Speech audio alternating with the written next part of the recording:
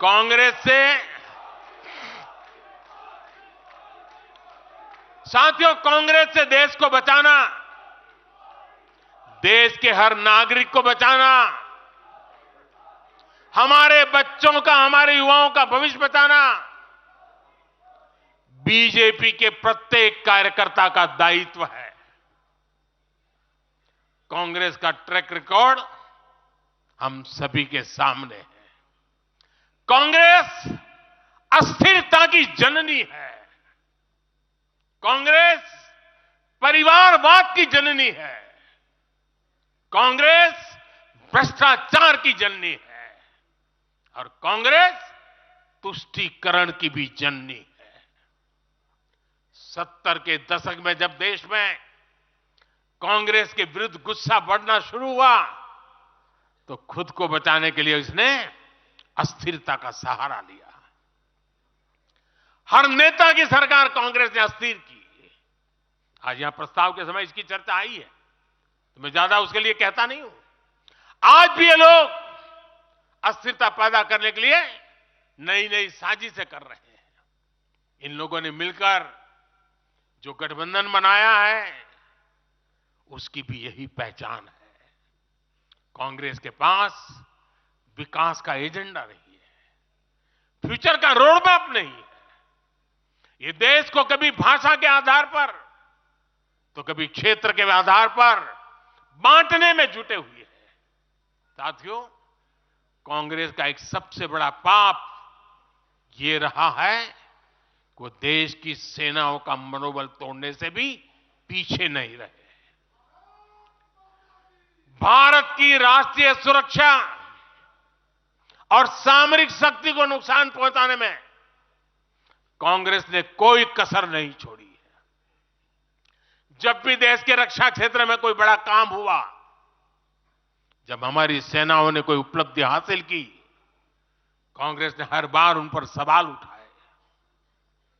आप सिर्फ सोचिए कि 5 साल पहले इन लोगों ने क्या कहा था। इन लोगों ने हर कोशिश की कि हमारी वायुसेना को राफेल जैसे एडवांस एयरक्राफ्ट न मिल पाए। इन्होंने अप्रचार किया कि हिंदुस्तान एरोनॉटिकल लिमिटेड को, HAL को खत्म किया जा रहा है। ये लोग तो HAL के बाहर फोटो तक खींचवाने के लिए चले गए थे। लेकिन देखिए HAL आज कैसे धूमधाम से आगे बढ़ रहा है। आज देखिए कितने सारे ऑर्डर आज उनके यहां बुक किए गए हैं। आज जरा देखिए HAL का मार्केट वैल्यू कितना बढ़ गया है। ये वही लोग हैं जिन्होंने हमारी सेनाओं के सर्जिकल स्ट्राइक करने पर उनके पराक्रम पर सवाल खड़ा कर दिया। जब एयर स्ट्राइक हुई तो उसकी सफलता के प्रमाण मांगे जाने लगे। कांग्रेस भारतीय सेनाओं के अपमान का कोई मौका नहीं छोड़ती। साथियों, कांग्रेस कितनी कंफ्यूज है इसका उदाहरण मैं आपको देना चाहता हूं। कांग्रेस में लड़ाई चल रही है और बड़ी तगड़ी लड़ाई चल रही है, लेकिन मजा यह है कि सिद्धांतों की नहीं चल रही है, योजनाओं को समझ में नहीं चल रही है। लड़ाई क्या चल रही है आपको जानकर के आश्चर्य होगा। क्या लड़ाई है? कांग्रेस में एक वर्ग है जो कहता है कि मोदी से तीखी नफरत करो, मोदी पर व्यक्तिगत आरोप लगाओ, मोदी की छवि खराब करने के लिए हर हथकंडे अपनाओ। एक वर्ग है। कांग्रेस के अंदर एक दूसरा वर्ग भी है जो कांग्रेस की मूल परंपराओं से निकला हुआ है, जो कहता है कि मोदी पर व्यक्तिगत आरोप, नफरत से कांग्रेस को बाहर निकालो, इससे कांग्रेस को और ज्यादा नुकसान होता है। यानी कांग्रेस हमसे सैद्धांतिक मुद्दों पर लड़ाई नहीं लड़ रही है। कांग्रेस इतनी हताश है कि उसमें सैद्धांतिक विरोध, वैचारिक विरोध का साहस भी नहीं बचा। इसलिए गाली गलौज और मोदी पर झूठे आरोप ही उनका एकमात्र एजेंडा बन गया है। साथियों, लाल किले से मैंने कहा था, यही समय है, यही समय है, यही समय है। भारत के इतिहास में आज वो समय आ गया है जब हमें अपने देश का भाग्य बदल देना है। और साथियों, मैंने देशवासियों को लाल किले से कहा था और आपको तो कई बार कह चुका हूं। मैंने देशवासियों को कहा था कि अगर आप 10 घंटे काम करेंगे तो मोदी 11 घंटे काम करेगा। अगर आप 12 घंटे काम करेंगे तो मैं 13 घंटे काम करूंगा। अगर आप 14 घंटा काम करेंगे तो मैं 15 घंटे काम करूंगा। मेरे साथियों, देश भर के मेरे कार्यकर्ताओं, देश भर के मेरे देश को उज्जवल भविष्य के लिए आशा लगाकर बैठे हुए लोगों से मैं कहना चाहूंगा, आने वाले 100 दिनों तक बीजेपी के हर कार्यकर्ता को अपने लिए नए लक्ष्य बनाने होंगे, उन्हें प्राप्त करना होगा। बीते वर्षों में भाजपा सरकार की योजनाओं का लाभ करोड़ों लाभार्थियों को मिला है।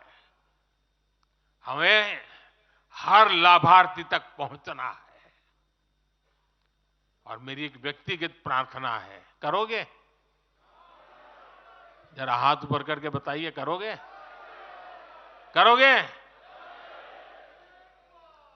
हर लाभार्थी के पास जाइए, उनको कहना कि प्रधान सेवक नरेंद्र मोदी ने उन्हें प्रणाम कहा है।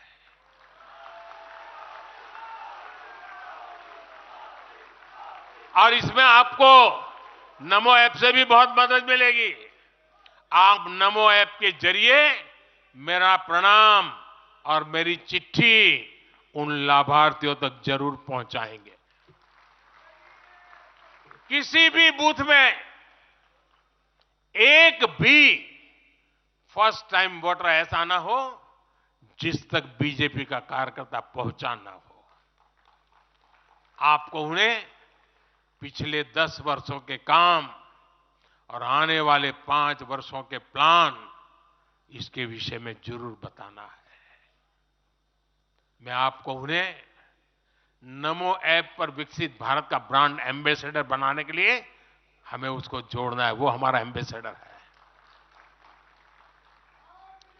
मतदान के दिन इन सभी मतदाताओं को बूथ पर लाकर हमें कमल निशान पर मतदान करवाना है और जहां एनडीए के साथी हो उनके निशान पर मतदान करवाना है। साथियों, हमें याद रखना है, हमें सिर्फ सरकार बनाने के लिए लोगों को नहीं जोड़ना, बल्कि देश बनाने के लिए भी तो लोगों को जोड़ना है। जो किसी भी कारण से अभी भी भाजपा से दूर है, उन तक हमें पहुंचना है। सबका साथ, सबका विकास ही हमारा मंत्र है। हमारे स्वतंत्रता सेनानियों ने जो सपने देखे थे, अब उन्हें पूरा करने का समय आ गया है। और इसके लिए भाजपा जरूरी है। इसके लिए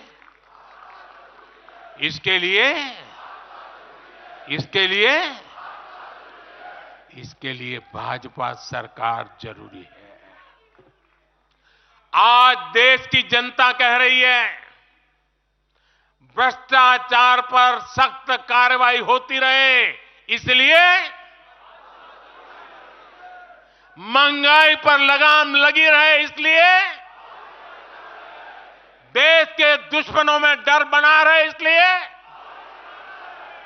निवेश और नौकरी के अवसर बढ़ते रहे, इसलिए भारत तीसरी बड़ी सबसे आर्थिक ताकत बने, इसके लिए भारत में तेजी से इंफ्रास्ट्रक्चर का निर्माण हो, इसलिए आत्मनिर्भर भारत अभियान सफल हो, इसलिए करोड़ों भारतीयों को मुफ्त राशन मिलता रहे, इसलिए किसानों को सम्मान निधि मिलती रहे, 100% लाभार्थी तक तेजी से लाभ पहुंचे। इसलिए साथियों, आप यहां से एक नए संकल्प के साथ अपने क्षेत्र में जाएं।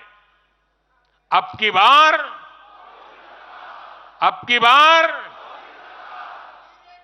400 पार, अब की बार इस मिशन पर हमें जुट जाना है। आप सबको मेरी तरफ से अनेक अनेक शुभकामनाएं हैं। मेरे साथ बोले भारत माता की, भारत माता की, भारत माता की।